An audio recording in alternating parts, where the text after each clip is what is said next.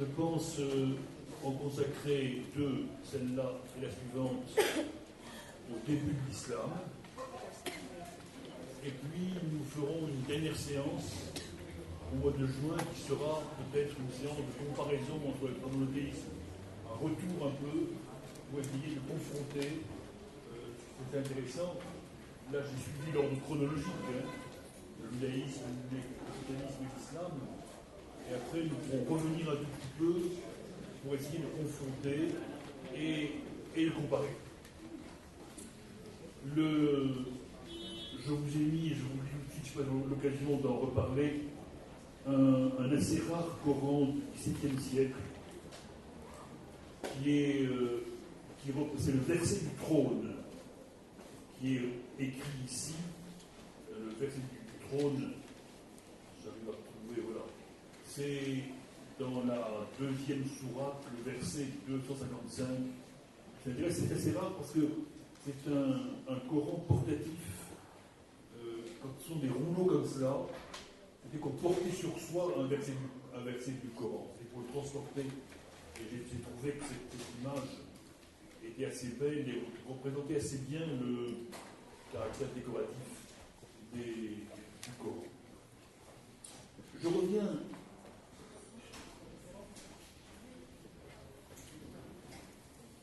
dans le document que je vous ai donné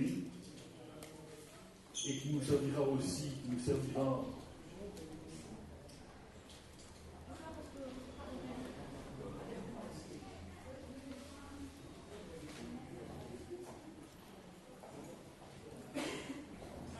manier. Excusez-moi, toujours au début, j'ai un peu de mal parce que j'ai l'habitude des Mac et là, des PC, et là, c'est difficile pour moi.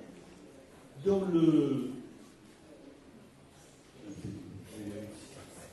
voilà.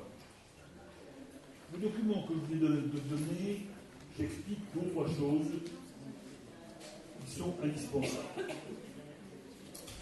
J'ai marqué Grand 1, Muhammad, chronobiographie traditionnelle. Et j'ai mis deux extraits du Coran. Et ensuite, une chronologie sur le pouvoir et les conquêtes. On n'est pas sûr que je parle beaucoup aujourd'hui. Et ensuite, la mise en place de la tradition islamique. La mise en place de la tradition islamique, alors ce qui me semble intéressant, si vous voulez, ici, à signaler dès maintenant, et introduire ainsi, c'est que, si j'ai mis chronobiographie traditionnelle, c'est que toutes ces données, c'est-à-dire la date de naissance du prophète, et puis les quelques dates que l'on donne en général sur sa vie, nous sont connus que par des documents qui sont très postérieurs. Il n'y a pas de source datant de l'époque directe du prophète. Aucune.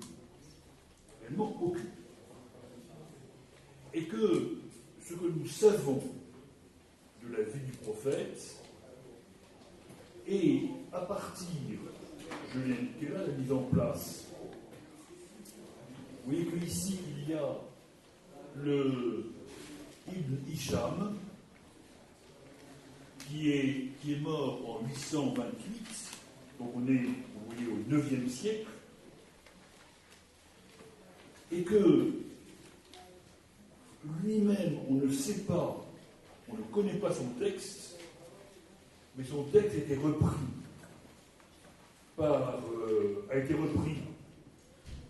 excusez-moi, Ibn Hisham a repris le texte d'Ibn Hisham, un peu compliqué, sur la vie al-Sira, la vie du prophète. Donc on a une vie du prophète qui date fin 8e, début 9e siècle, presque très longtemps après la vie du prophète elle-même. Et entre-temps, on n'a rien. On n'a rien comme document historique. Alors, ce qu'on a d'autre part, nous verrons ces textes qui sont dans la vie du prophète, Al-Sira, la vie du prophète. On a d'autre part un peu plus loin, dans les textes que j'ai indiqués, un exemple de ce qu'on appelle les hadiths. Les hadiths, 8e, 9e siècle, sont des recueils des paroles et des actes du prophète. Le problème, c'est que ces recueils des actes et des paroles du prophète sont tous faits de la même manière que les reproduit un d'entre eux. Assez extraordinaire. Nous allons regarder ensemble. Al-Umaydi nous a rapporté que Soufiane nous a rapporté que Yahya ibn Saïd al-Ansari nous a rapporté, Mohamed ibn Ibrahim al-Demi m'a informé qu'il avait entendu, etc., etc. Et on revient à qui a entendu Umar ibn al-Khattab. Umar ibn al-Khattab est un proche compagnon du prophète. Donc on a un témoignage de on dit en on dit, et une chaîne. Et pour affirmer la vérité, on affirme la chaîne. Alors, pour un historien, on n'a aucune. C'est vrai, je n'en sais rien, hein, mais je n'en ai aucune. Je ne dis pas que c'est faux. Je dis que je ne peux pas vérifier en historien. Bien évidemment, il n'y a aucune vérification historique possible. Alors, il s'agit d'un point assez important, puisque il a entendu dire de la chair, l'envoyé de Dieu, Dieu c'est le prophète, la bénédiction de Dieu soit sur lui, dire les actions ne valent que par les intentions. Il ne sera donc tenu compte de sa com que des intentions. C'est un point doctrinal plus important, hein, sur l'action et les intentions.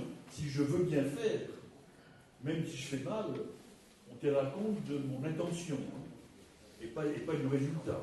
Et c'est un point très important, par exemple, cela. On ne le connaît que par une chaîne. Il a dit. Hein. Et tous les hadiths sont comme ça. Donc on a un vrai problème d'historien. Ce n'est pas le problème des croyants et d'autres problèmes. Vous voyez comment je me place. Hein. Le problème des croyants est autre. Hein. Mais le problème des historiens est de dire simplement que je n'ai pas de vérification historique.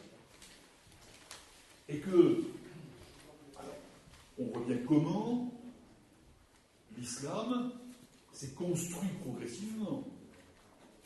Et que n'est à peu près établi, c'est toute l'histoire qu'on va faire, hein, l'islam n'est à peu près établi qu'au 8e siècle, 8e, 9e siècle, hein, à peu près, de notre ère. Alors, ça, c'est le point de départ essentiel qui conditionne, bien sûr, tout le reste. Si ensuite, je pars maintenant, on va quitter le texte,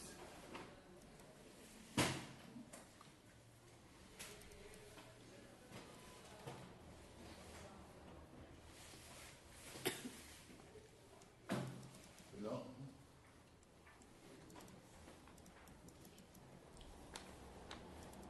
et on va passer à la carte.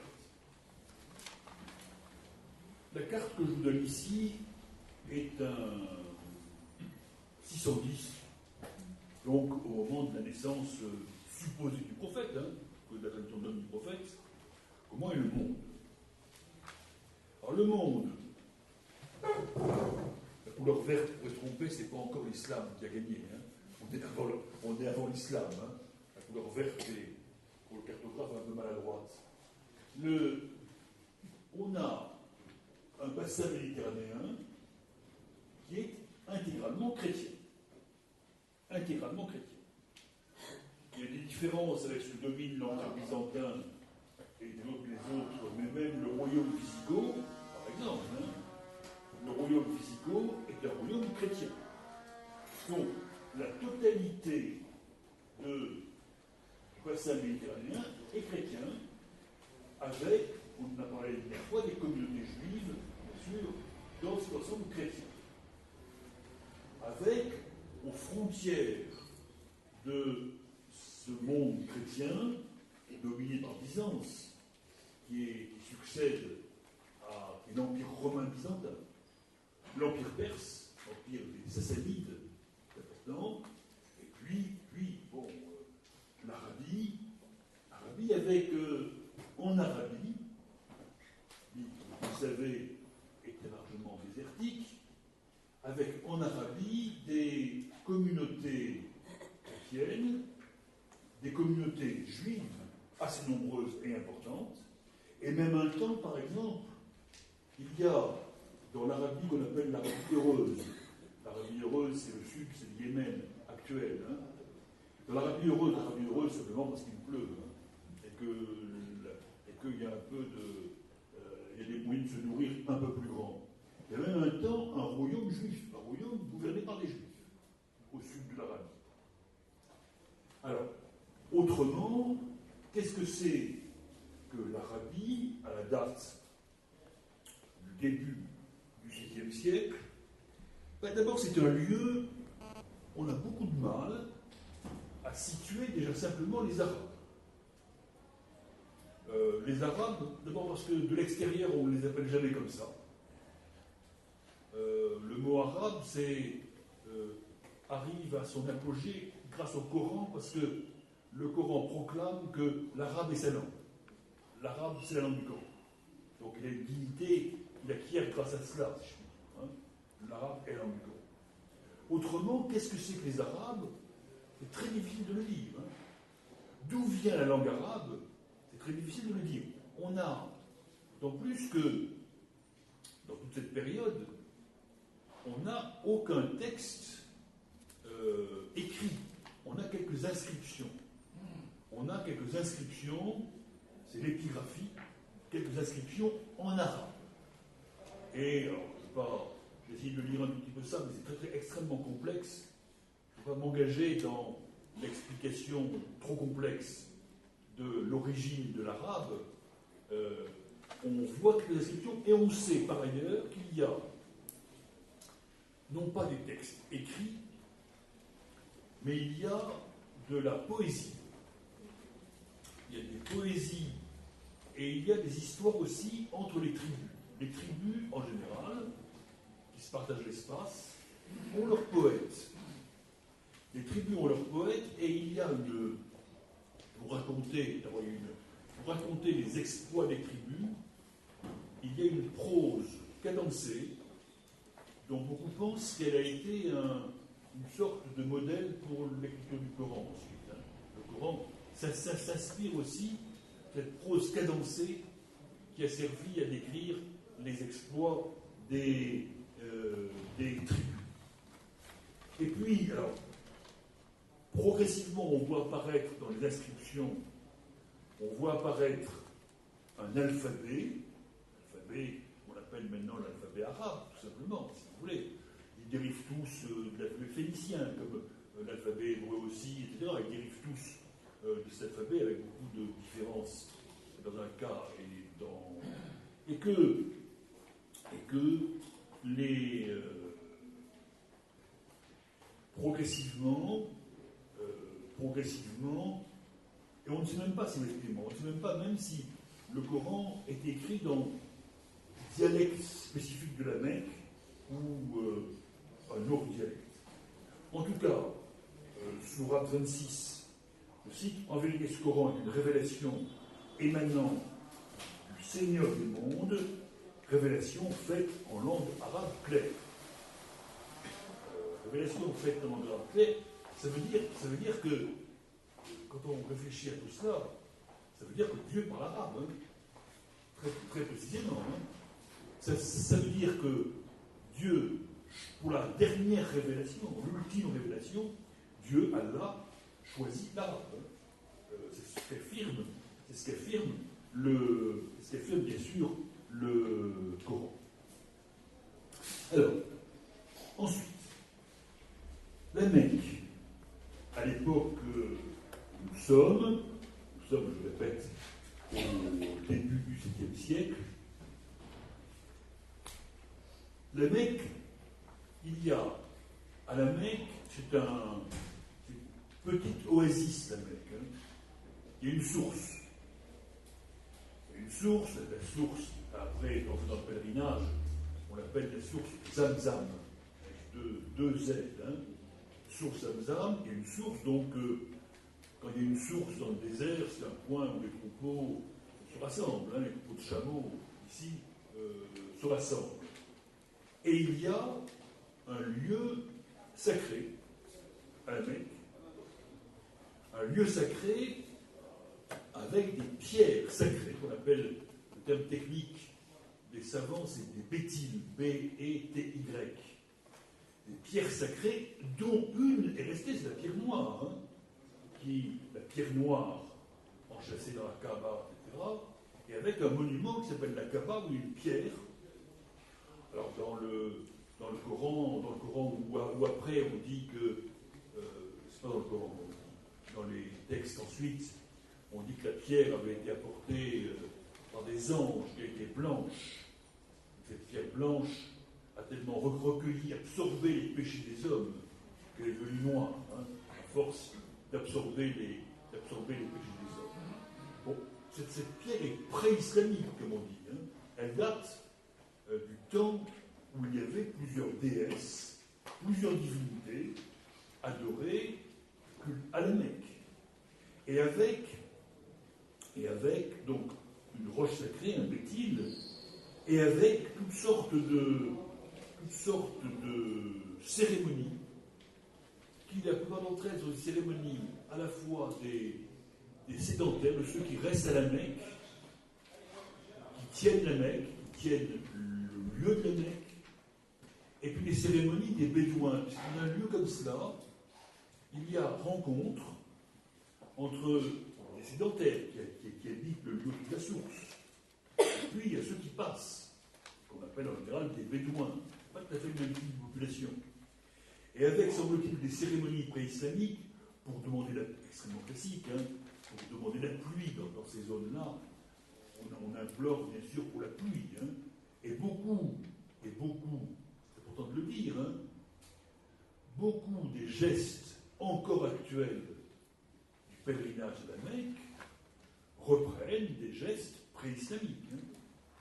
Quand on va d'une colline à l'autre, quand on fait le tour, etc. Bon, c'est des gestes qui sont pré-islamiques et que, alors, je dis tout de suite ce qui s'est passé, j'anticipe un petit peu, mais alors, certains disent que c'est dans la période de Médine, le deuxième temps de la vie du prophète qui s'est passé.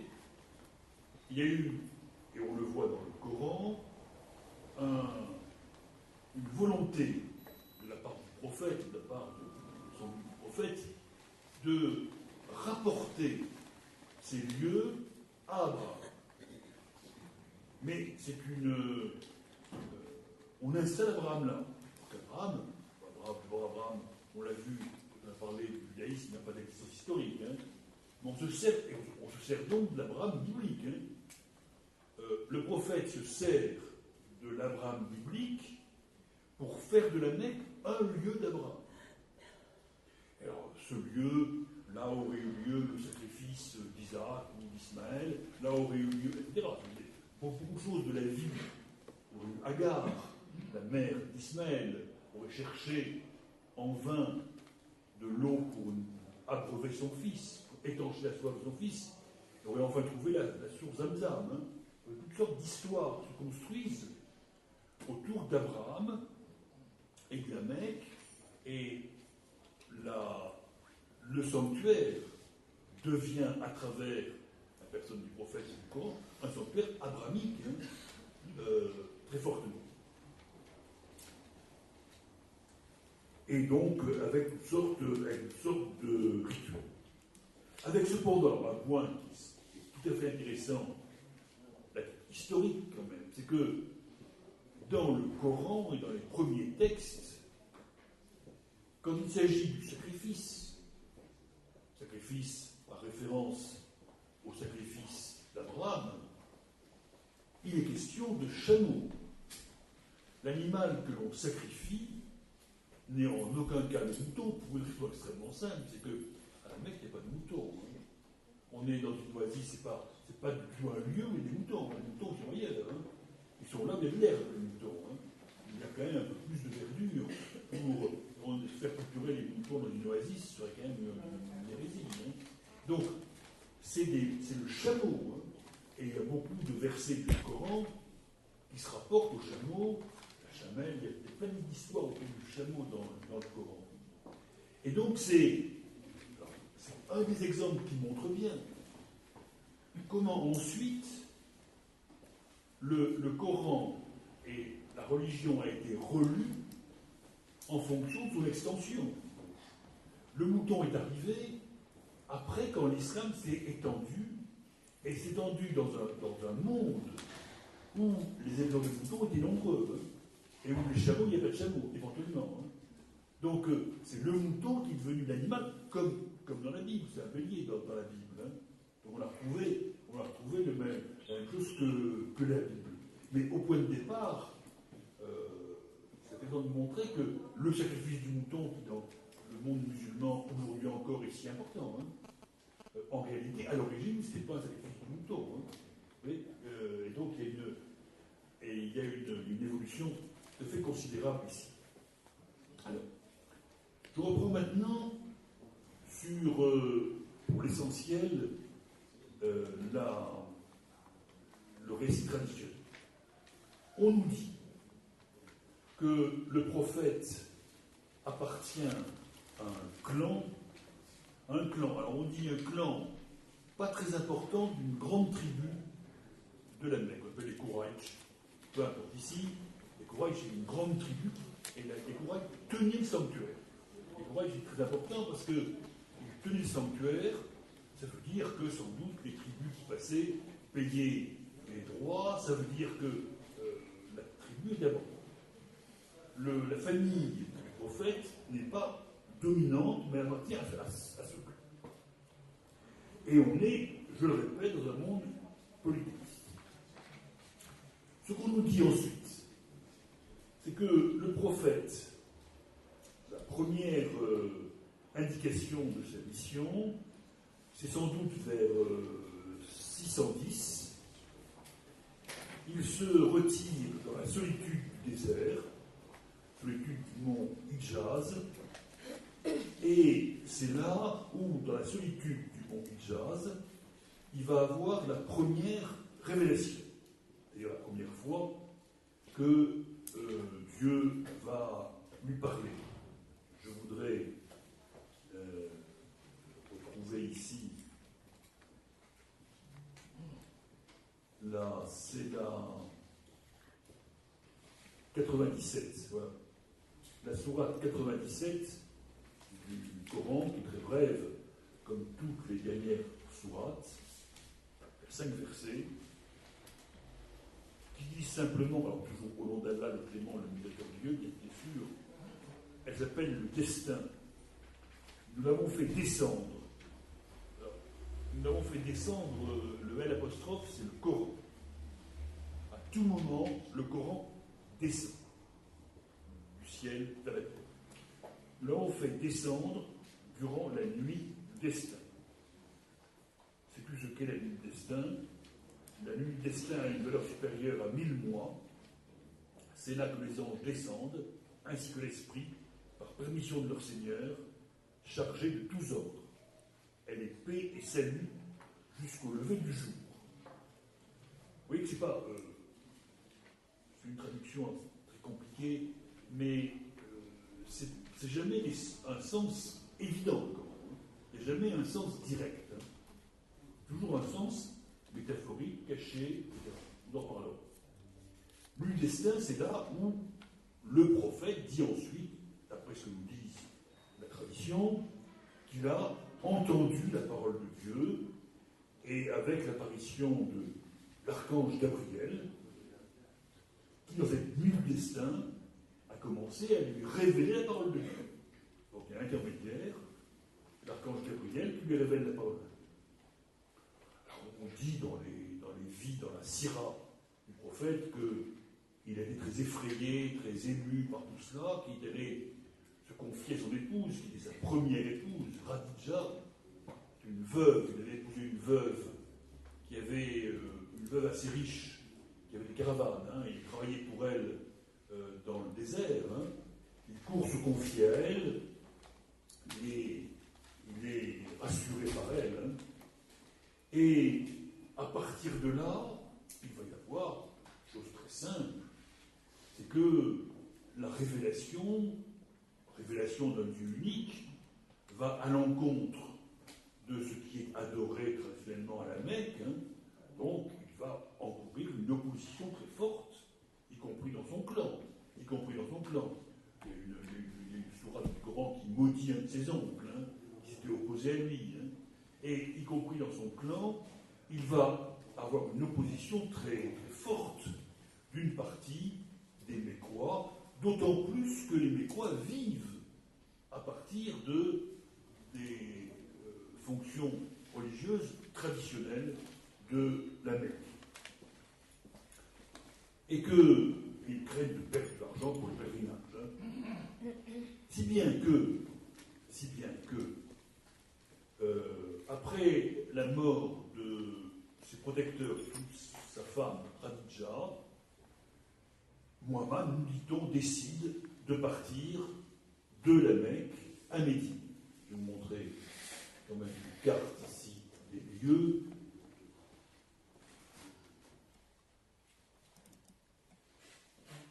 Voilà, tout simplement les lieux. Ne tenez pas compte des flèches qui ne veulent pas dire grand-chose parce que c'est trop. On a parsemé de communautés juives et chrétiennes un peu abstraitement ici. La Mecque, qui n'est pas ce carrefour unique que montre la carte. Ce n'est pas une très grande localité, on dirait une capitale gigantesque. C'est après coup. C'était une toute petite oasis. Et Médine ne s'appelle pas encore Médine parce que Médine, le mot Médine, ça veut dire la ville Médine, Médina. Et Médine, ça veut dire la ville du prophète. On l'appelait Médine parce que c'était la ville du prophète. Son nom était Yatrib. Elle a été débaptisée ensuite. Donc il y a ce qu'on a appelé l'égir, avec un H, l'égir, déplacement à Médine, et ce déplacement devant l'hostilité des Mécois a été considéré comme le début de l'ère musulmane. Et que on est en 622, le 16 juillet 622, c'est le début donc traditionnel de l'ère musulmane, à partir de plus tard, c'est plus tard, mais on va compter les années dans l'ère musulmane à partir de 622, à partir de l'Égypte. Yatrib, rebaptisé Médine, donc, ville du prophète, et là, d'après ce qu'on nous raconte, le prophète va, en quelque sorte, dominer la ville, s'entendre ou non avec les tribus, en particulier il y a à la fois une entente avec certaines et un conflit avec d'autres tribus juives. Il y a les tribus juives autour de Médine, voire à Médine même, et il y a toutes sortes de rapprochements et d'éloignements et de refus autour des tribus juives. Et avec l'idée, le prophète donne une charte à Médine, une charte de bonne entente et de cohésion.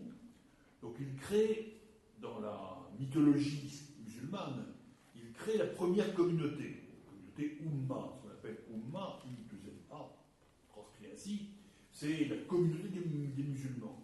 La première communauté, elle est créée à Médine autour du prophète. Alors très vite ensuite, le prophète, la révélation continue à Médine, mais très vite aussi, il y a conflit armé avec les gens de la Mecque. Je passe ici sur les guerres, et on voit ici, c'est un point très important, bien sûr, passant oriente la suite. Vous voyez ici que, dès le point de départ, le prophète Muhammad est non seulement l'homme qui entend la parole de Dieu et qui la répercute, mais c'est aussi un chef politique et militaire. Ce n'est pas le cas de Jésus. Jésus n'est en aucun cas chef politique et militaire, à aucun moment. Vous voyez une différence très fondamentale et très importante pour la suite, bien évidemment. Le prophète est chef politique et chef militaire. Et il combat lui-même, on nous explique, combat lui-même, et avec, alors il y a des épisodes que je passe, les Mécois assiègent Médine, il y a un échec des Mécois, et puis en 630, la Mecque est reprise, c'est-à-dire que les Médinois et le prophète s'emparent de la Mecque, et là, l'installation du Dieu unique, puisque on nous explique que le prophète élimine les idoles de la Kaaba. Les idoles du lieu sacré sont éliminées par le prophète pour installer uniquement, en gardant des rites, je l'ai dit, en gardant des rites anciens, mais des rites anciens non pas en l'honneur des trois déesses, des dieux, mais en l'honneur du seul Allah. Donc on a au point de départ, et Muhammad meurt ensuite, la Mecque est prise en 630, et Muhammad meurt en 632.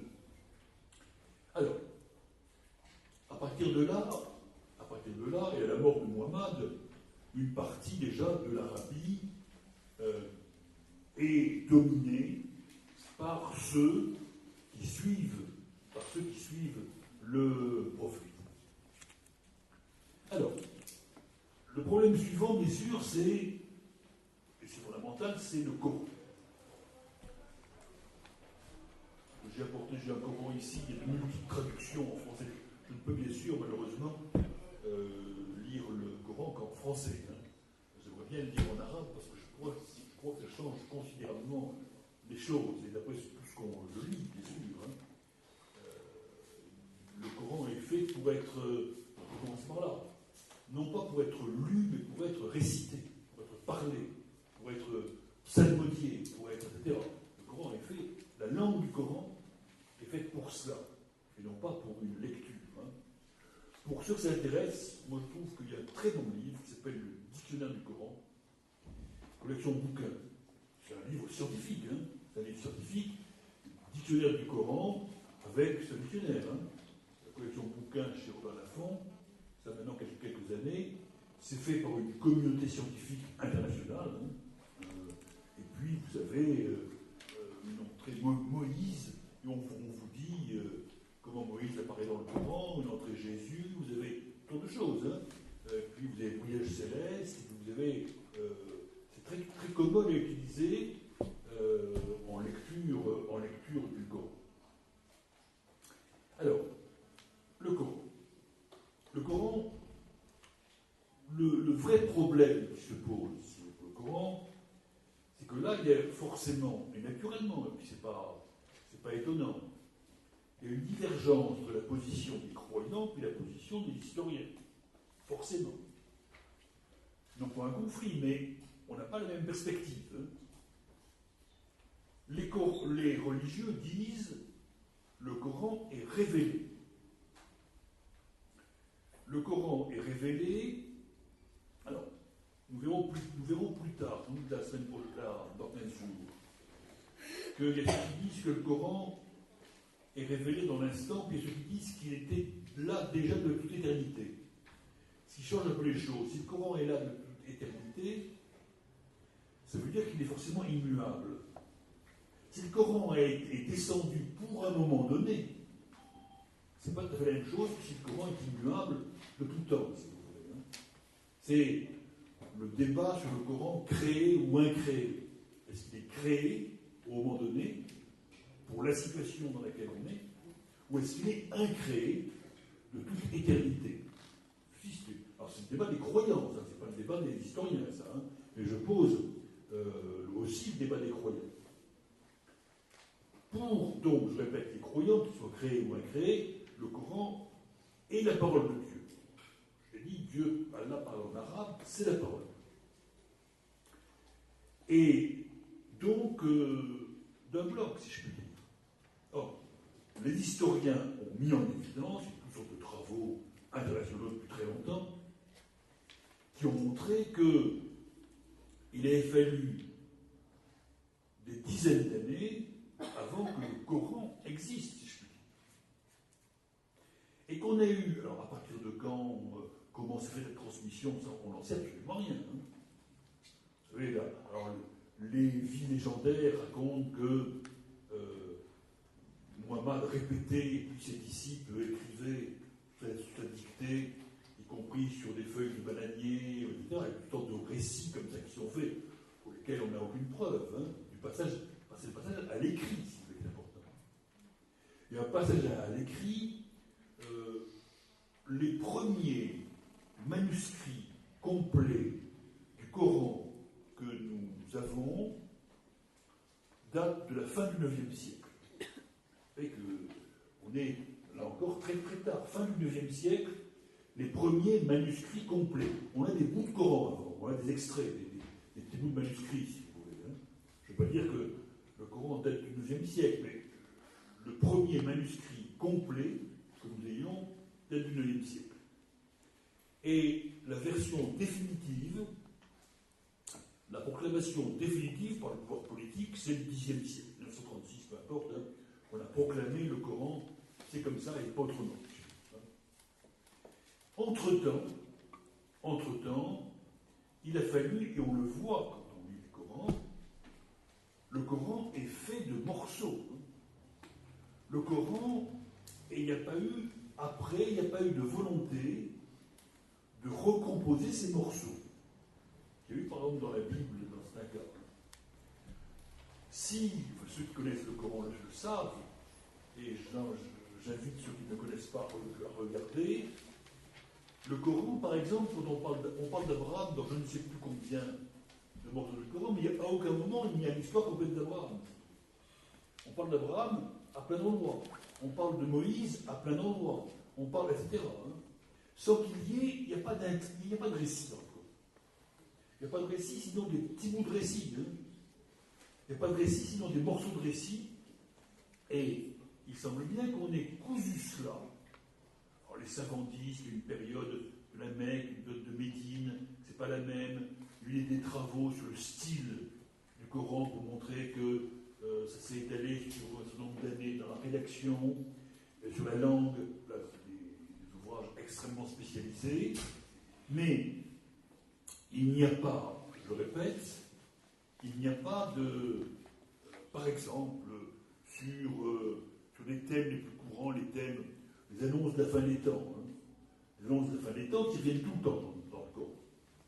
Mais il faut trouver, quand on en parle, on rassemble des éléments qui sont dans un très très grand nombre d'endroits, si vous voulez, qui va être récompensé, qui sera, etc. C'est très compliqué de véritablement. On sait par ailleurs, je vous ai mis, on en parlera tout à l'heure pour la prochaine fois. Je vous ai mis dans les documents un texte tout à fait étonnant, dont je n'ai pu en donner qu'une partie, de Jean Damascène. Alors Jean Damascène est un personnage de Fabien, c'est un chrétien qui était à Bagdad et dont la famille était une famille de lettrés, fonctionnaires de l'Empire byzantin. Puis quand ça a été pris par les musulmans, il est rentré au service des musulmans. Il a travaillé pour les musulmans. Et puis il a fini moine ensuite. Il a fini moine et il a écrit un livre des hérésies dont j'ai donné un extrait. Alors, ce que je vais dire n'est pas dans l'extrait que j'ai donné. Enfin, je ne peux pas tout mettre. Mais dans cet extrait, il fait allusion à des textes du Coran qui montrent que ce qu'il a eu entre les mains, à l'époque où il a écrit, n'est pas exactement le Coran final tel qu'il a été. Donc il y a eu, si vous voulez, ça montre que le Coran a été une création progressive. Hein. Des choses comme ça, mais d'autres, c'est pas avec une seule indication qu'on peut conclure. Hein. Mais ce qu'on peut montrer, c'est que le Coran a été élaboré sur un siècle et demi, à peu près. A été élaboré progressivement, avec les sourates, avec la mise en ordre à peu près. Vous savez que dans le Coran, on commence par les sourates très longues, et plus on va dans le texte, plus les sourates sont courtes. Hein. Alors, des choses comme ça, la numérotation des sourates. Et puis, les titres. Alors, les titres, ce n'est jamais... il n'y a jamais un sujet. Une des sourates les plus longues du Coran s'appelle la sourate de la vache, ou de la génisse, on traduit. Mais ça parle de vache dans 2 versets du Coran. Hein. C'est pas du tout le sujet, n'est pas la vache. Hein. Donc, on a une composition très, très compliquée. Et donc, on peut comprendre que c'était progressivement. Je prends quelques exemples. Je vais rester un tout petit peu parler du Coran. Par exemple, je prends la sourate 23.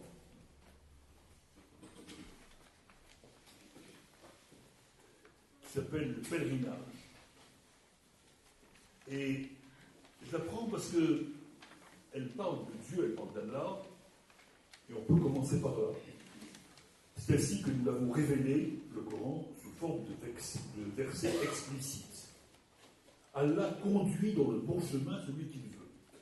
Allah conduit dans le bon chemin celui qu'il veut. On est au cœur de l'islam. Très précisément. L'islam, Dieu guide, Dieu mène, il y a un chemin. C'est essentiel dans tous les textes, partout.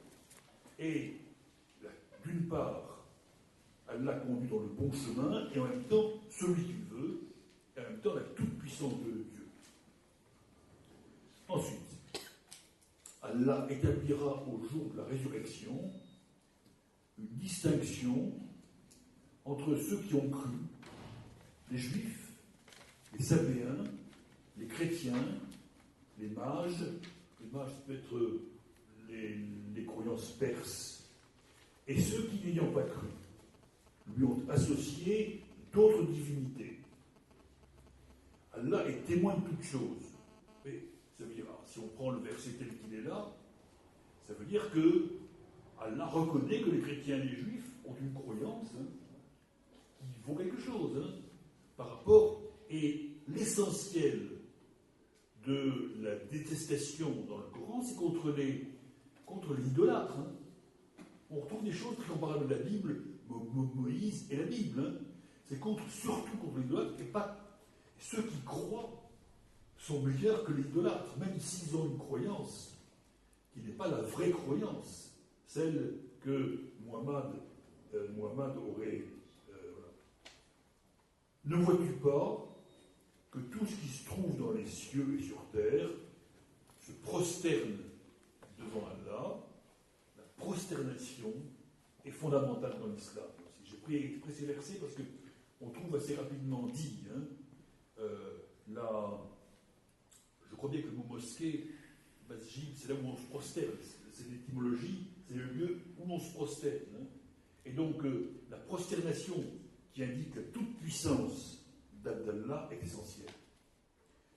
Je reprends, ne vois-tu pas que tout ce qui se trouve dans les cieux et sur terre se prosterne devant Allah, ainsi que le soleil, la lune, les étoiles, les montagnes, les arbres, les animaux et une grande partie des hommes.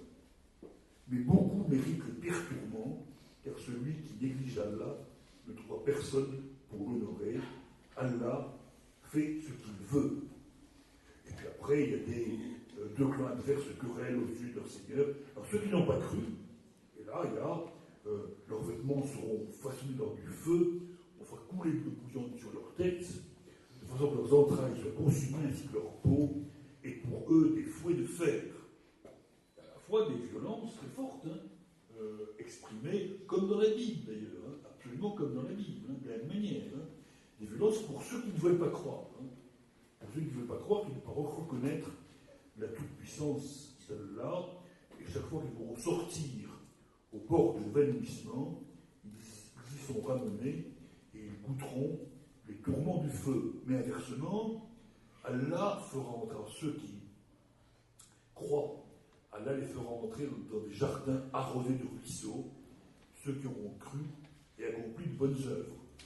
Dans une religion née dans le désert, les jardins arrosés de ruisseaux, c'est le comble de la félicité, bien évidemment. Ils porteront des bracelets d'or et de perles, tandis que leurs vêtements seront de soie. Et encore, ils ont été orientés pour n'entendre que les bonnes paroles et pour ne prendre que le chemin digne de louange. C'est pour ça qu'il faut prendre, pas seulement comme une métaphore, la prière en direction de la Mecque, la Qibla, c'est aussi la bonne direction. C'est aussi moralement, s'apprendre moralement, c'est la direction, si on suit Allah, il vous fait prendre le bon chemin et la bonne direction, il vous guide. Donc c'est une chose tout à fait essentielle. Alors on trouve aussi, ça c'est peut-être essentiel, on trouve aussi d'abord toutes les histoires de la Bible. Hein. Et on trouve, par exemple, dans le Coran, des reprises des évangiles apocryphes. On en a parlé, rappelez-vous peut-être, les textes que l'Église n'a pas retenus, mais que le Coran a repris autour de Jésus en particulier, Jésus qui a Issa dans la Bible, Issa, le fils de Mariam, qui a une place très importante. Et on trouve par exemple des récits tout à fait charmants, par exemple, où Jésus dit « Je vais créer d'argile pour vous comme une forme d'oiseau, je souffle sur ces formes et il devient oiseau. La forme d'argile devient oiseau avec la permission de Dieu. » On voit la scène, le petit enfant qui modèle de l'argile, il souffle et le modèle d'argile s'envole. Hein. Et là, ça vient des évangiles apocryphes, de l'enfance, de la Bible. On trouve, bien sûr, tous les prophètes. Et là, pour trouver tous les prophètes, je voudrais évoquer un moment raconté par le prophète, qu'on nous dit être un prophète, qui est très peu, qui n'est raconté qu'allusivement dans le Coran, mais qui est très largement, faut que je le retrouve ici, je ne sais plus. C'est ce qu'on appelle le voyage nocturne. Vous avez ici une miniature persane, avec le prophète, dont le visage n'est pas montré, sur sa monture, la monture qui est très populaire dans le monde. C'est pas dans le Coran, ça, hein, c'est autour du Coran, très populaire dans le monde musulman, qui s'appelle Al-Burak. Al-Burak, on l'écrit B-O-U-R-A-Q en général, hein, ça veut dire l'éclair, ça va vite comme l'éclair. C'est une espèce de monture ailée, quelquefois, c'est pas très visible, à tête de femme. Je vais vous en montrer d'autres reproductions. J'en ai d'autres quelque part par là.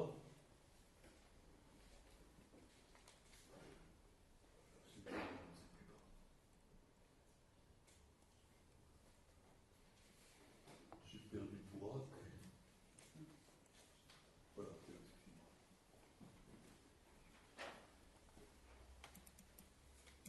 Voilà, par exemple, une autre figuration avec des ailes, cette fois-ci, de Burak, et puis j'en ai encore une autre, plus contemporaine, hein.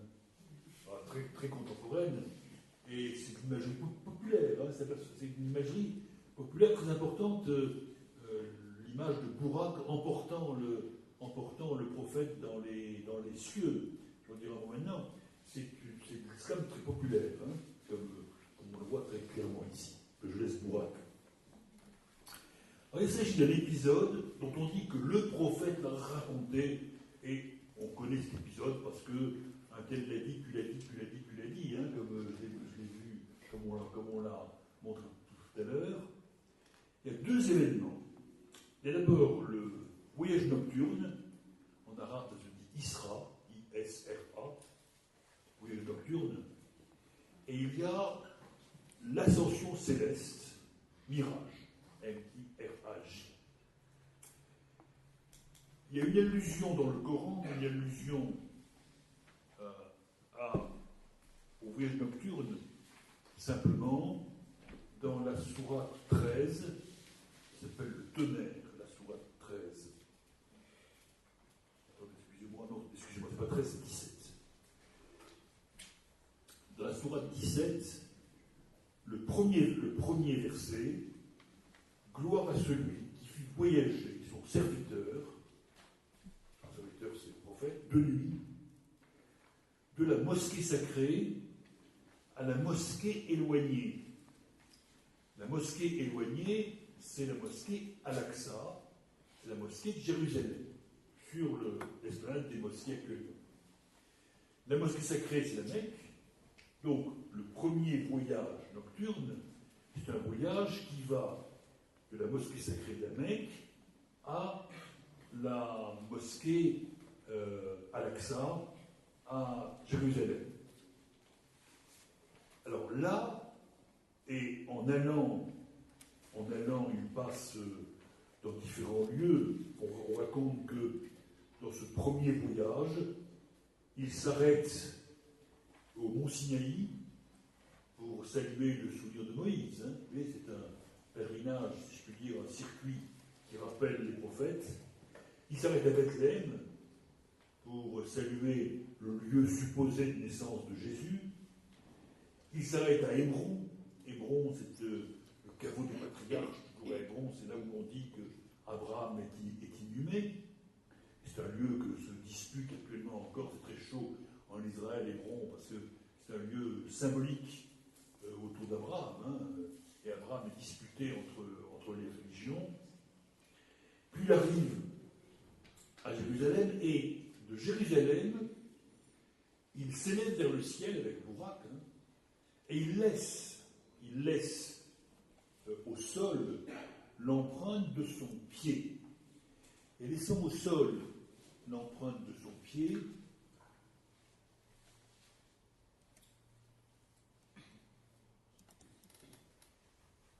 voilà où l'on...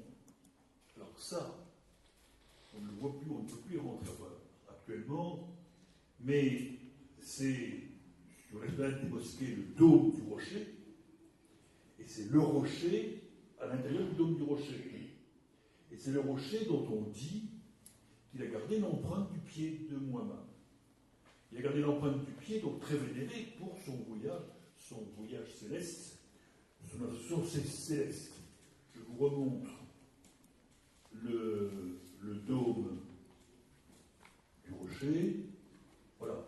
Le rocher est à l'intérieur de ce dôme. Donc je parlerai la prochaine fois sans doute, je ne sais pas quand cette fois-ci, donc je parlerai de sa construction, qui était un grand moment de l'installation de l'islam. Et donc, il s'élance avec Bourak vers les cieux, et là, il va de ciel en ciel. Il va de ciel en ciel, et là, il rencontre tous les prophètes. Le voyage nocturne reflète ce que déjà d'ailleurs le Coran dit par ailleurs. Ce que le Coran dit par ailleurs, c'est que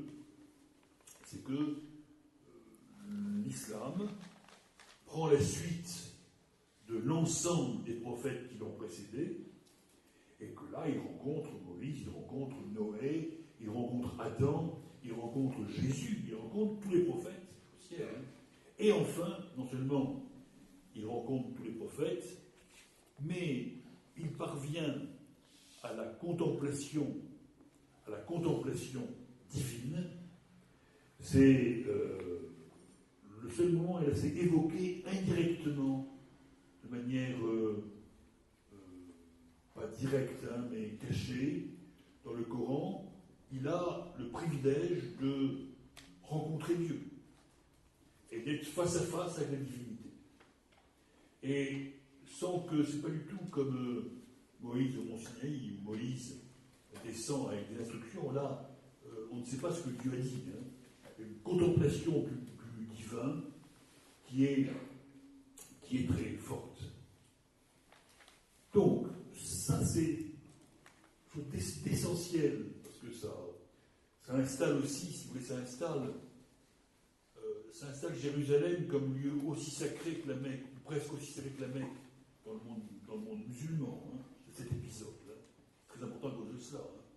Et le lieu est capital. Et puis, il faut dire aussi que ça donnait lieu, cet épisode, à la fois très romanesque et où l'imagination se déploie très largement, ont donné lieu à d'innombrables miniatures persanes, ont donné lieu à une littérature, pas seulement une littérature musulmane d'ailleurs, une littérature qui a par exemple en Espagne, dans l'Espagne, il y a des rencontres à l'Andalouse entre les musulmans et les chrétiens.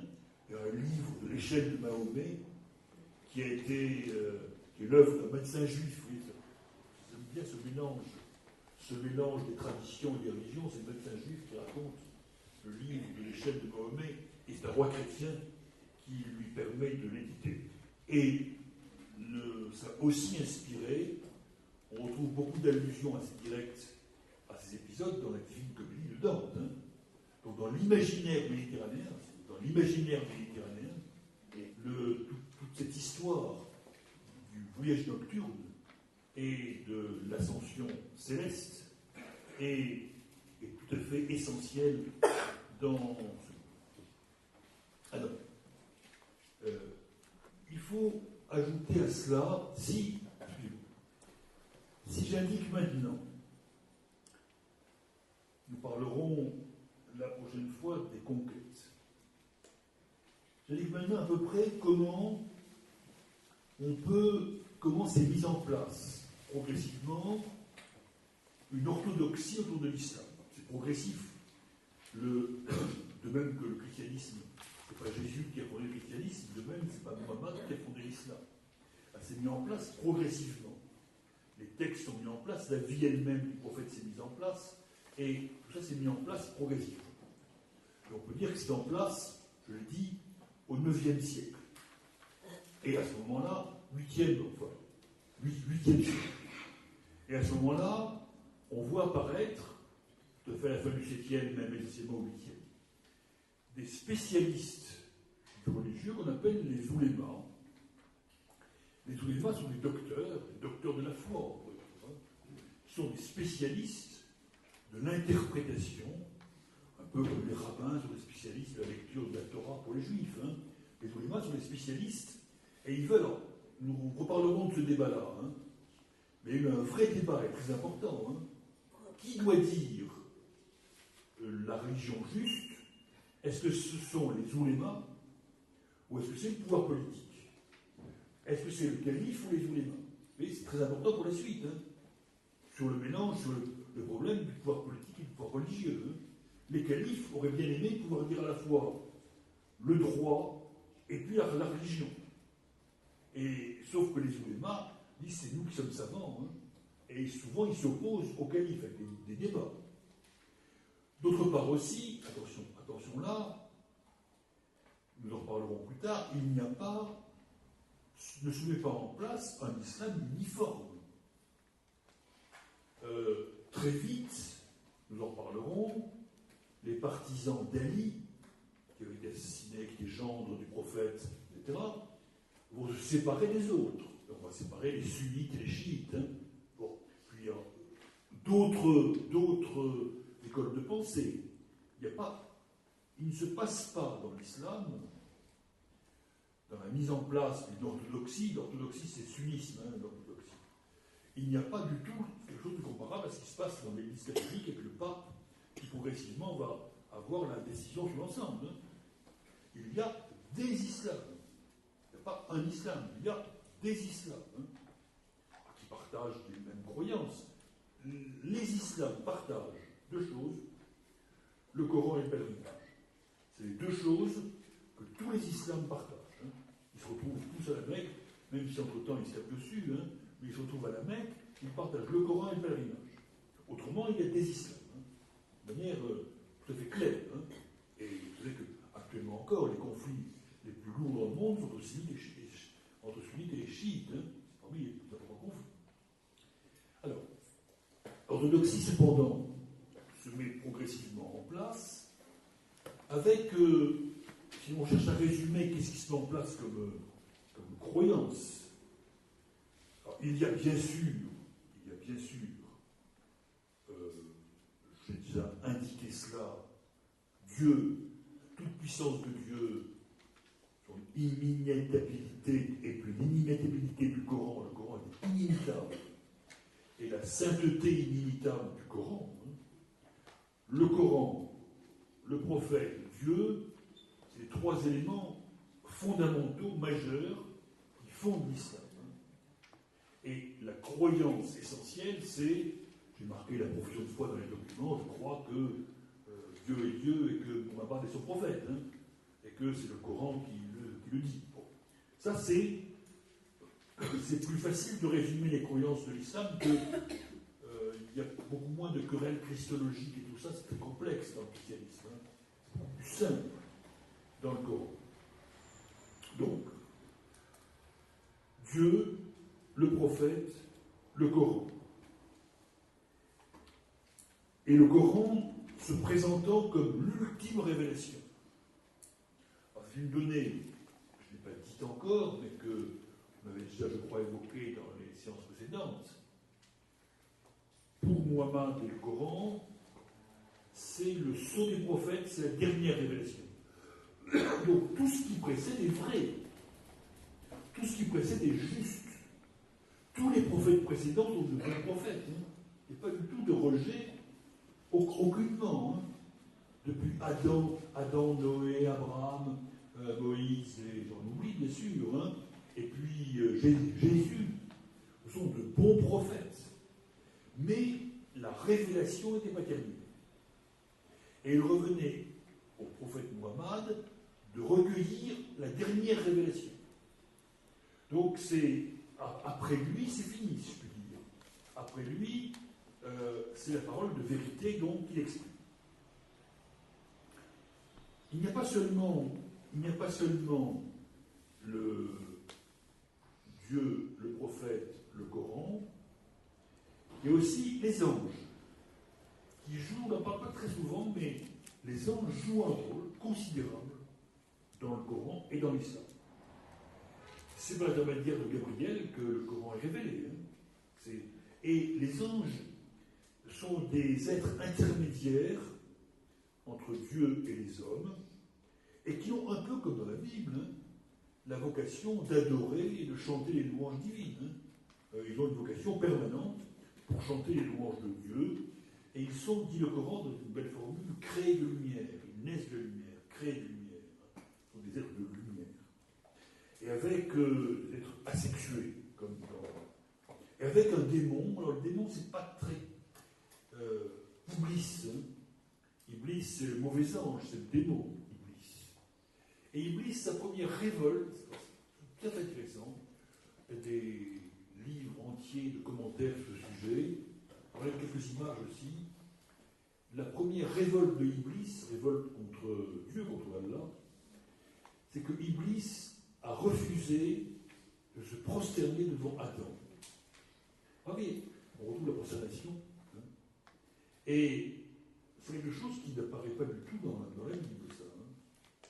On ne demande pas, mais Dieu ayant créé l'homme, il a demandé aux anges de se prosterner devant les hommes et devant Adam, hein, comme créature divine, si je puis dire. Hein.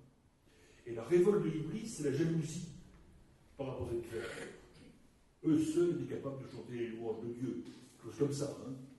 Et donc, Iblis est devenu un mauvais ange, il a été banni parce qu'il n'a pas voulu adorer, s'incliner devant Adam. Je cite par exemple 4e sourate, tous les croyants ont cru en Dieu, à ses anges, à ses livres et à ses envoyés. Ça résume exactement ce que je viens de vous dire, hein, cet ensemble de croyances. Ensuite, la croyance dans un dernier jour, où on retrouve des choses qu'on trouve déjà dans la Bible, hein, sur le dernier jour. Hein.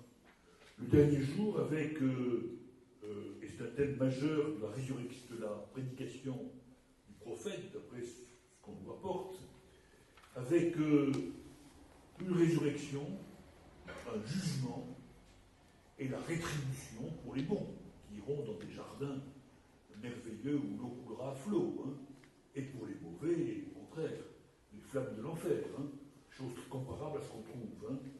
Et on a à la fois sur un problème important qui n'est pas tranché dans le Coran. Tantôt on lit que, et c'est un problème, on l'a évoqué je crois l'autre jour déjà, à propos des chrétiens, c'est aussi un problème dans le christianisme. Hein. Et c'est un problème de fond de tous les monothéismes. C'est le problème de est-ce que Dieu sauve qui il veut? Si Dieu est tout-puissant, dans la logique de l'affirmation, si on affirme un Dieu tout-puissant, c'est lui qui décide qui est sauvé et qui n'est pas. Alors, seulement, ça pose un problème. À quoi bon faire des bonnes actions à ce moment-là? Vous voyez?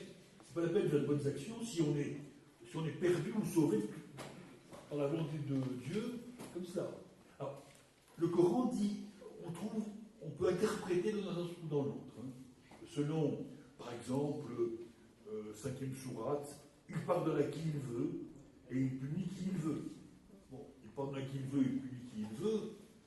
Là, il n'y a pas de libre arbitre. Hein. Dans d'autres, je vais vous citer un hadith où c'est l'intention qui est bonne. Hein. Ça va à l'encontre de ce que je viens de dire là.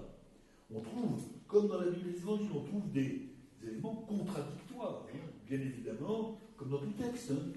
On trouve des éléments sur ce point-là, qui est un problème majeur des monothéismes, hein, sur la liberté de l'homme. S'il y a un seul Dieu tout puissant, où est la liberté de l'homme? C'est un problème métaphysique quand même assez intéressant hein, et fort. Hein. Les monothéismes hésitent. Hein, et c'est le problème du jansénisme chez les chrétiens, c'est le problème, etc. C'est un problème majeur, majeur partout. Alors, progressivement ensuite, se mettent en place les gestes essentiels de culte, si je puis dire. Hein. Alors, le geste essentiel du culte, c'est bien sûr d'abord la prière. La prière, dans les récits qu'on fait, Jean-Marie, vous savez ce qu'on appelle, de manière beaucoup trop schématique, les 5 piliers de l'islam. Hein. Les 5 piliers de l'islam ont été élaborés plus tard, ils ne sont pas dans le Coran, les 5 piliers. Aucun titre. Hein. Il n'y a jamais un moment où on dit les 5 piliers de l'islam, c'est ça, c'est pas dans le Coran. Hein. C'est une élaboration ensuite. Mais la prière, les 5 prières quotidiennes, on raconte que le prophète a négocié avec Dieu, c'est une histoire, hein, qui n'est pas partout, mais que Dieu d'abord a exigé 50 prières. Et que le prophète a dit, mais ils n'y arriveront jamais. Hein. Ils n'y arriveront jamais à faire 50 prières. Donc il y a une négociation avec Allah, on imagine au sommet, hein, une négociation sur la faiblesse des hommes qui ne pourront jamais adorer Allah toute la journée comme cela. Hein. Donc on négocie des prières. La prière du vont progressivement s'organise, la prière du vendredi, avec la mosquée, la prosternation. Hein. Et les rites essentiels, c'est la prière et la prosternation. Hein. Le rite majeur, c'est ça. Et de reconnaître la toute-puissance de Dieu. Hein. C'est beaucoup plus... C'est une religion plus simple. Hein. Alors, dans les autres grandes gestes, il y a la prière, il y a bien sûr il y a le jeûne. Et le jeûne, c'est aussi dans les monothéismes. Hein, dans tous les monothéismes, il y a des dons de jeûne et de pénitence. C'est des périodes où on se repent. En général, le jeûne correspond à une repentance. Hein, et c'est vrai dans la Bible, comme dans le Coran. Hein, on jeûne pour se purifier. Hein, c'est une purification. Ne pas manger, c'est se purifier. Hein. Et vous savez qu'en même temps, c'est d'autant vrai que, en général, et c'est vrai dans le Coran, c'est vrai dans la Bible, hein, le jeûne s'accompagne aussi de la chasteté. Si on jeûne, on est chaste. Hein. On s'abstient de relations sexuelles pendant les périodes de jeûne. Hein. Et ça indique bien la volonté de purification. La purification, la pureté intérieure, visible, fait partie de l'essentiel des monothéismes. Hein. Il y a l'aumône légale. L'aumône légale, zakat, en arabe. L'aumône légale, d'ailleurs, c'est pas forcément l'interprétation. C'est d'abord qu'il faut payer ses impôts. Hein. C'est d'abord ça. Zakat, c'est d'abord qu'il faut reconnaître. Ça veut dire qu'il faut reconnaître l'autorité légitime hein, et payer la contribution qu'on doit à l'autorité légitime. C'est pas seulement de la charité autour de soi. Hein. C'est aussi payer ses impôts. Il y a bien sûr aussi le pèlerinage, bien évidemment, dont nous reparlerons sans doute parce que le pèlerinage est un point tout à fait important et essentiel, et ça je pense que nous en parlerons. Vous verrez que dans le récit, dans la vie, l'extrait Al-Sira de la vie du prophète que j'ai donné en document, j'ai mis le passage sur le pèlerinage de l'adieu, dont on raconte le dernier pèlerinage avant la mort. Il est allé à la Mecque et qui a été le modèle ensuite du pèlerinage. On a modelé le pèlerinage sur ce pèlerinage de l'adieu. Voilà. Alors, il me restera beaucoup de faire encore, hein, mais à voir comment les problèmes de conquête, les problèmes de pouvoir, les problèmes d'organisation dans le temps, et puis du rapport avec les autres. Est-ce qu'il y a, vous avez le temps pour répondre à vos questions? Est-ce qu'il y a des questions ou des désaccords, ou des demandes de précision? Oui. Quand vous dites à la Mecque, c'est un lieu abrahamique. Quand vous dites que la Mecque, c'est un lieu abrahamique, au départ, donc, en fait, c'est abrahamique, Abraham, côté islamique ou judaïque ou judaïque.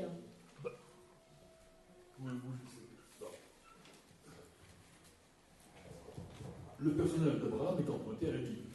C'est une évidence, hein, puisque même ce qu'on dit dans le Coran et ce qu'on dit ensuite dans les différentes vies, ça reprend les récits de la Bible, hein, le sacrifice, le premier monothéiste, le personnage est construit, hein, comme le personnage de la Bible. Ce que l'on constate, c'est qu'après il y a pas mal de différences, hein, mais que les différences ont été accentuées ensuite.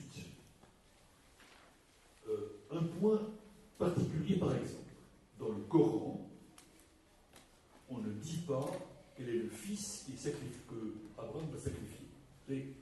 Alors, je rappelle, je l'ai déjà dit ça, mais je rappelle, Abraham a 2 fils. Un fils qu'il a eu avec sa servante esclave Agar, parce que son épouse était stérile. Et puis ensuite, il a eu Isaac, alors ce fils est Ismaël. Il a eu un fils avec sa femme Sarah, Isaac. Et Isaac, c'est l'ancêtre de toute la descendance d'Israël. Alors, ensuite, dans le Coran, on ne dit pas quel fils sacrifier. Donc, on reprend la Bible à peu près. On reprend la Bible. Hein. Certains pensent même que pour le Coran, c'est Isaac, hein, comme dans la Bible. Enfin, ça, on peut discuter sans fin, on ne saura jamais. Hein. La tradition, ensuite, qui a reconstruit les choses, si vous voulez, a pris le personnage d'Ismaël pour en faire l'ancêtre des Arabes. Donc, on a changé, on a modifié progressivement.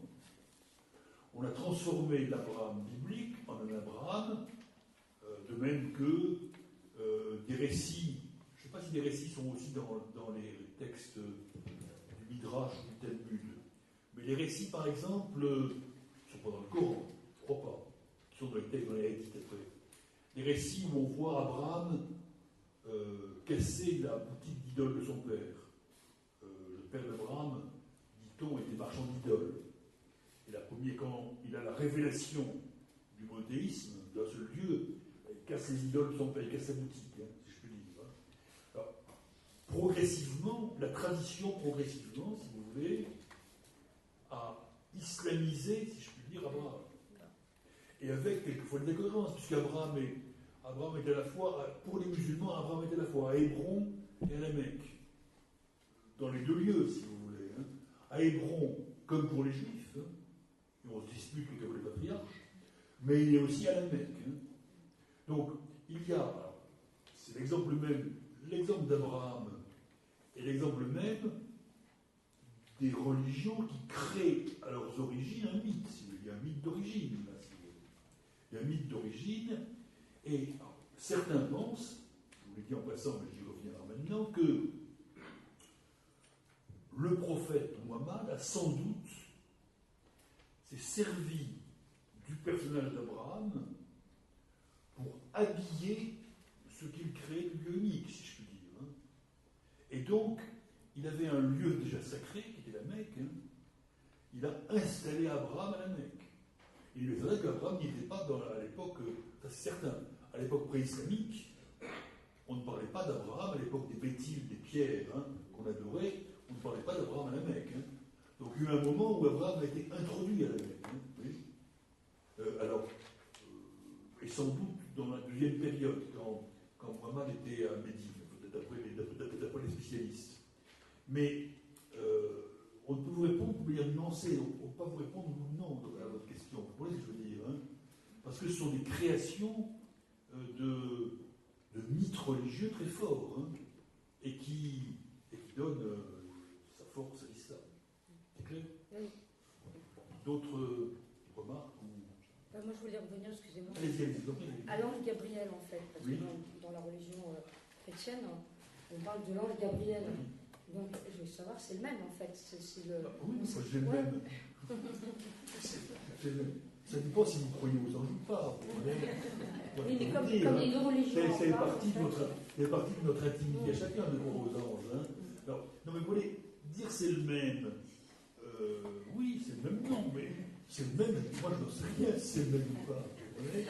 Quoi vous le sache moi, je ne sais pas. Je n'ai pas eu de vision nocturne, je n'ai pas eu de révélation, personne ne m'a dit de l'arabe dans l'oreille. Donc, oui, mais on ne peut pas répondre à ça. Oui, mais moi j'ai une réponse, c'est ça, mais bon. Allez-y.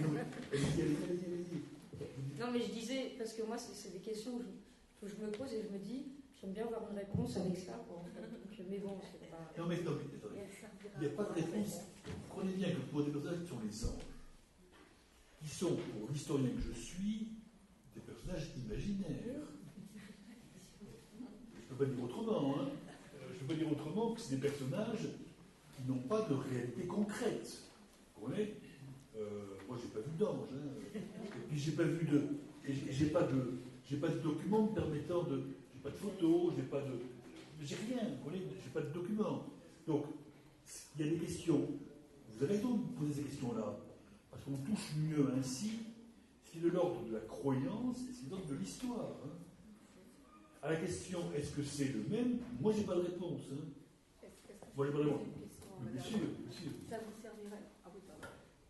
Ça vous servirait à quoi la réponse? Moi, pour distinguer effectivement si c'est le même par rapport aux deux religions et les ressemblances qu'il peut y avoir entre les trois religions. Non, mais il joue là. C'est pour moi personnellement, ça. Donc, savoir à moi. Madame, alors, ce qu'on peut dire, ce qu'on peut dire, c'est que dans les deux religions, le christianisme et l'islam, ils jouent des rôles comparables dans l'imaginaire des deux religions. Ça, je peux dire ça, si vous voulez. Dans l'imaginaire des deux religions, ils jouent des rôles comparables. C'est-à-dire qu'ils jouent le rôle d'envoyé de Dieu. L'ange Gabriel, l'archange est envoyé au paradis pour chasser le paradis après qu'ils ont fait la faute chez les chrétiens, etc. Donc, ils jouent des rôles comparables. Mais on ne peut pas dire que c'est le même. Ça, on peut pas le dire. On peut comparer les rôles qu'ils jouent. Oui. Je voulais savoir, le prophète Mahomet était analphabète, et j'aurais voulu savoir comment il peut avoir connaissance d'Abraham et... Alors, d'abord, que le prophète Mohammed soit analphabète, c'est de moins en moins certain. Je ne peux pas dire plus, parce qu'il y a pendant très longtemps, dans la vie comme ça, un peu rêvée, comme ça, c'est la parole de Dieu tombe dans l'oreille d'un alphabète, c'était parti. De plus en plus, on pense que non. De plus en plus, on pense que non. Alors, ils connaissent. Simplement, ce qu'on peut dire, on ne sait pas comment on aimerait bien répondre à votre question. Il y a certains récits qui font allusion à la rencontre avec un moine, mais sur lesquels on n'a aucune preuve. On sait, en tout cas, avec les tribus juives, là il y a eu des contacts, des rencontres, direct. Il y avait les tribus juives, et il est tout à fait naturel qu'il y ait eu des rencontres dans le même lieu, si vous voulez. Mais on est à une époque où, là aussi, dans ces oasis de l'Arabie, il n'est pas sûr qu'il y ait eu une très grande perception de la différence entre judaïsme et christianisme. C'est-à-dire qu'on saisissait des récits, des textes comme ça, et les textes circulaient, mais il est vrai ça. On ne peut pas imaginer si, encore une fois, on ne sait pas comment ça s'est passé. On ne sait pas d'où vient ce texte-là, le Coran. On n'a pas de. Sinon, les croyants le savent, le croient, mais l'historien ne le sait pas. Vous voyez ce que je veux dire, hein. Mais on ne peut pas imaginer. Comment imaginer que quelqu'un comme Muhammad, illettré ou non, ait pu reconstituer de tête comme ça s'il n'avait pas lu quelque chose, hein, de l'histoire d'Abraham, de Moïse, etc. Hein. Il y a forcément une connaissance acquise. Il y a forcément une connaissance acquise de tout ce qui a précédé, et autrement, on ne comprend pas, si vous voulez. On ne comprend pas. Une connaissance acquise et la volonté d'unifier les choses. Hein. Ça ressemble à ça. Hein. Je ne sais pas si j'ai répondu suffisamment à votre question. Allez-y. Hein. Non, mais je comprends bien qu'il y a dû y avoir des échanges. Oui. Parce que bon, moi j'ai essayé de lire le Coran. Oui. C'est assez compliqué. C'est compliqué, oui. Alors je me dis un analphabète, effectivement, je ne sais pas où il a trouvé les tournures, plus les connaissances. C'est un livre de poésie, le Coran, en fait, très largement. Hein, très largement. Hein, c'est un livre de poésie, de métaphores, d'images qui se bousculent, qui se rencontrent, et puis en même temps d'injonctions. Fais le bien, fais ça, fais ci, etc. C'est deux choses à la fois. Hein. C'est de la poésie et puis des injonctions fortes. Hein. C'est à peu près comme ça que c'est le Coran. Mais c'est bien pour ça qu'on pense que Muhammad avait forcément un bagage intellectuel certain, hein, ça veut dire autrement. Hein. Muhammad, encore une fois, ce personnage de Muhammad, je l'ai dit, hein, on le connaît par des vies qui sont 2 siècles plus tard. Hein. N'oubliez jamais ça. Hein. Tout ça est très compliqué. Hein. Sur Jésus, on a des connaissances un peu plus rapprochées. Hein. Déjà, il y a plein de choses qu'on ne sait pas, mais un peu plus rapprochées. Sur le prophète, c'est très lointain. Hein. Donc c'est forcément reconstruit. C'est pas possible d'imaginer que ce ne soit pas reconstruit plus ou moins. Oui. À ce propos, moi j'ai une question pratique. Allez-y. En quelle langue communiquer en fait? C'était quoi la langue de base? L'arabe. L'arabe pour tout le monde? Pour tout le monde, c'est quoi pour tout le monde? J'ai voulu communiquer bien avec d'autres gens pour. Ah, mais le mec, on parle arabe. Mais pour faire communiquer son savoir et parler aux gens. Ah oui, vous avez raison, vous avez raison.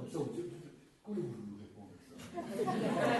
Parlant de Gabriel, hein, tout Je peux imaginer, non mais, je peux imaginer, mais vous aussi, chacun peut imaginer. Mais vous comprenez que l'histoire, c'est pas un truc où on sait tout. Hein. C'est ça l'intérêt. Dans la religion, c'est clair, on sait dans la religion. Si on se passe du point de vue historique, on ne sait pas tout. Hein. Parce qu'il nous faut des preuves, il nous faut des terrains. Alors, votre question, votre remarque est juste. Hein. Il communiquait. Il y avait sans doute. Est-ce que les langues étaient les langues internationales, qui étaient encore un peu l'araméen qui est la langue de Jésus, etc. Un peu le grec. Il faudrait savoir, si vous voulez. Je pense aussi que le grec était sans doute une langue de communication. Et les textes chrétiens juifs étaient en grec pour la plupart, si vous voulez. Donc, à mon sens, hein, c'est par cet intermédiaire-là, alors, qu'il y a eu la connaissance du grec ou non, ça, je ne sais pas, on lui traduit des choses, ça, on n'a aucun moyen de le savoir. Hein. Mais il y avait, je l'ai dit, il y avait dans les tribus, il y avait une tradition de poésie épique, il y avait une littérature, il y avait oral, hein, souvenez-vous, et le Coran a quelque chose de l'oralité essentielle, avec, pour se souvenir, il y a des formules qui reviennent dans le Coran. Des formules au début de chaque sourate, Allah, grand miséricordieux, etc. Et des formules qui aident à mémoriser les formules. Et alors, ce qui est tout à fait intéressant, c'est que ces formules qui aident à mémoriser, il y a un autre grand texte qui a les mêmes formules qui aident à mémoriser, c'est l'Iliade de l'Odyssée, d'Homère, où il y a des formules, lorsque revient l'aurore de rose, lorsque revient l'aurore de rose, etc. Il y a des formules comme ça qui aident à la mémorisation du texte. Donc il faut imaginer un texte, encore une fois, psalmodié, récité, répété. Dans la tradition du Coran, le Coran, on ne le lit pas, on l'apprend. La tradition du Coran, c'est de se mettre en tête et en bouche, si je puis dire. C'est ça l'essentiel de la... c'est pas une lecture, le Coran. Alors que dans le christianisme, ce sont des lectures. Au départ, quand même, les gens lisaient le latin sans connaître du tout la langue. Donc ils récitaient aussi. Oui, mais pas de la même manière. Pas de la même manière. Ils ne sont pas de la même manière. Un peu, donc c'est comparable un tout petit peu, c'est comparable à la... Dans la Bible, il y a une littérature un peu comparable qui sont les psaumes. Les psaumes dans la Bible sont des louanges de Dieu, etc. C'est une littérature un peu comparable à certains passages du Coran. Est-ce qu'il y a d'autres remarques, questions? Je voulais savoir, oui. En fait, à aucun moment vous avez parlé, parce que quand on lit le Coran, par exemple, je reviens sur la dame quand elle disait qu'elle ne comprenait pas grand-chose, que c'est difficile. Oui. Mais moi, je me rappelais quand on a étudié l'éducation islamique, le ayah, c'est des pages et des pages pour expliquer. Donc il y a tafsir, je ne sais pas, vous connaissez, il y a des livres de tafsir qui expliquent donc ça, parce que c'est pas le fait de lire le Coran qu'on va comprendre. Non mais Oui, mais si tu veux, par exemple, la Bible est plus facile à lire et à comprendre. C'est pas rédigé de la même manière. C'est pas la même chose. C'est pas la même chose. Dans la Bible, il y a des histoires. On prend Salomon, on raconte Salomon, on prend David et Goliath, il n'y a rien de comparable. Même si on retrouve les mêmes éléments. C'est rien de comparable. Vous avez tout à fait raison.